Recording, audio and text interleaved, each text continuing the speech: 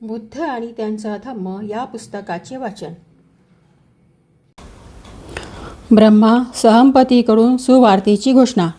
यानंतर ब्रह्मा सहमपतींनी विचार केला की तथागत बुद्धांनी धम्म शिकवणूक सर्वांकरता देण्याकरता तयार करण्यात आपण यशस्वी झालेलो आहोत. त्यामुळे ब्रह्मा सहमपतींना अतिशय आनंद झाला. त्यांनी तथागत बुद्धांना वंदन केले. उजवीकडून बुद्धांना प्रदक्षिणा घातली. बुद्धांकडे एकदा वळून पाहून ते तिथून निघून गेले. परत जात असताना ब्रह्मा सहमपती जगाला घोषित करीत होते की ही आनंदही सुवार्ता ऐकून हर्ष उल्लासित व्हा. जगातील सर्व दुःखाचे व अकुशलतेचे मूळ बुद्ध आपले तथागत यांनी शोधलेले आहे व बुद्धांना त्यामधून मुक्त बाहेर पडण्याचा मार्ग ज्ञात आहे. जे निराश आहेत, दुःखी, कष्टी आहेत त्यांना बुद्ध समाधान देतील.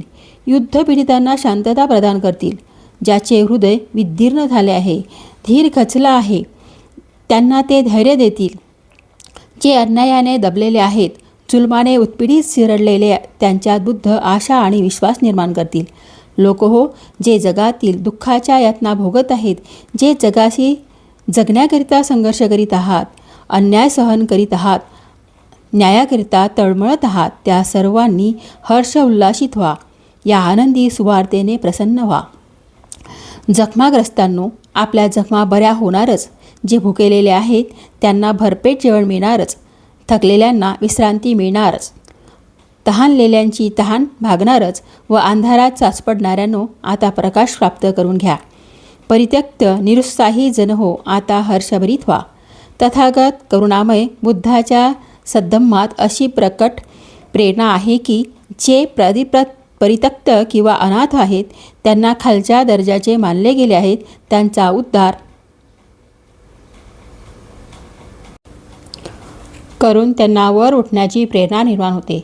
जे अंधपतित आहेत त्यांना आपला उद्धार करून घेण्याची उदात्त प्रेरणा मिळते. जे पददलित आहेत त्यांना प्रगतीपथावर नेणारा समतेचा प्रकाश झोत मिळतो.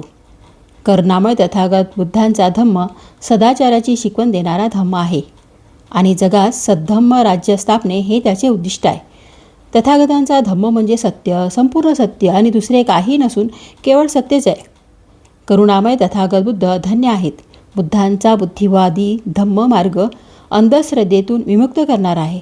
तथागत बुद्ध धन्य आहेत ज्यांनी मध्यम मार्गाची शिकवण दिली आहे. धन्य आहेत तथागत बुद्ध ज्यांनी सदाचरणाच्या मार्गाची शिकवण दिली आहे. धन्य आहेत तथागत बुद्ध जे शांतीप्रद निर्वाणाची शिकवण देतात.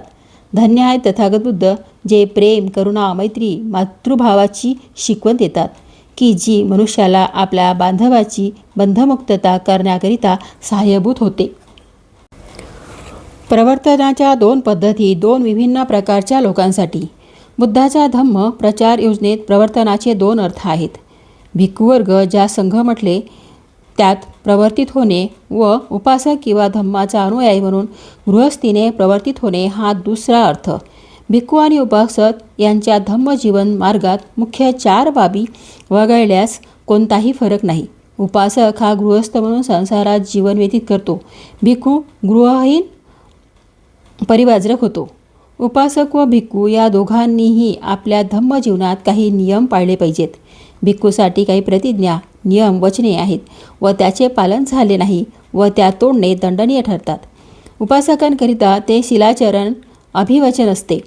आपल्या सामर्थ्यानुसार जास्तीत जास्त पालन करायचे असते. उपासक संपत्ती बाळगता येते. भिक्खूंना मालमत्ता बाळगता येत नाही. उपासक होण्याकरिता कोणताही विधी समारंभ करावा लागत नाही. भिक्खू होण्याकरिता उपसंपदा नावाचा संस्कार विधी करावा लागतो.